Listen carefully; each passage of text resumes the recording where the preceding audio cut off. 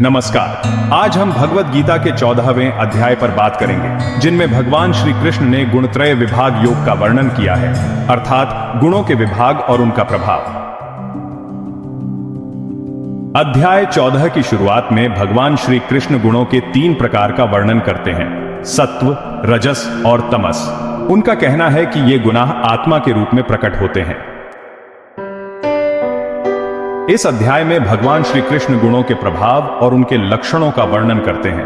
वे बताते हैं कि ये गुण हमारे जीवन को कैसे प्रभावित करते हैं और हमारे व्यक्तित्व को कैसे आकार देते हैं। उनका कहना है कि सत्व गुण से ज्ञान और सुखी जीवन प्राप्त होता है। यह गुण हमें शांति और संतोष की ओर ले जाता है। सत्व गुण से व्यक्ति में सकारात्मकता और आत्मज्ञान की भावना उत्पन्न होती है। राजस गुण से लोभ और क्रोध उद्भव होता है। यह गुण हमें भौतिक इच्छाओं और असंतोष की ओर धकेलता है। राजस गुण से व्यक्ति में बेचैनी और तनाव की भावना बढ़ती है और तामस गुण से अज्ञान और मोह प्राप्त होता है। यह गुण हमें आलस्य और भ्रम की ओर ले जाता है। तामस गुण से व्यक्ति में निष्क्रियता और नकारात्मकता की भावना उत्पन्न होती है। भगवान श्री कृष्ण इन गुणों के प्रभाव को समझने और उनसे ऊपर उठने की सलाह देते हैं। भगवान श्री कृष्ण गुणत्रय की आध्यात्मिक साधना और उनका अंतर किया प्रभाव का वर्णन करते हैं। उनका कहना है कि जो व्यक्ति गुणों से परे स्थित होकर उनका साक्षी बन जाता है, वह मोक्ष प्राप्त करता है।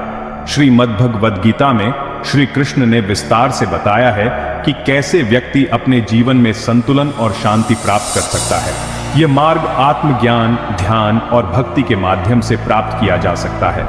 जब व्यक्ति अपने मन को शांत करता है और अपने भीतर की दिव्यता को पहचानता है, तब वह सच्चे मोक्ष की ओर अग्रसर होता है। यह मार्ग कठिन हो सकता है, लेकिन यह आत्मा की मुक्ति का सबसे सच्चा और पवित्र मार्ग है। इस प्रकार भगवत गीता के 14वें अध्याय में भगवान श्री कृष्ण ने हमें गुणों के महत्व और उनके प्रभाव के बारे में बताया है। इस अध्याय में 3 प्रमुख गुणों सत्व, रजस और तमस का वर्णन किया गया है, जो हमारे जीवन और कर्मों को प्रभावित करते हैं। यह अध्याय हमें यह सिखाता है कि गुणों को समझकर हम अपने जीवन में उच्च कर्म करते हुए मोक्ष का मार्ग प्राप्त कर सकते हैं। सत्व गुण हमें शांति और ज्ञान की ओर ले जाता है।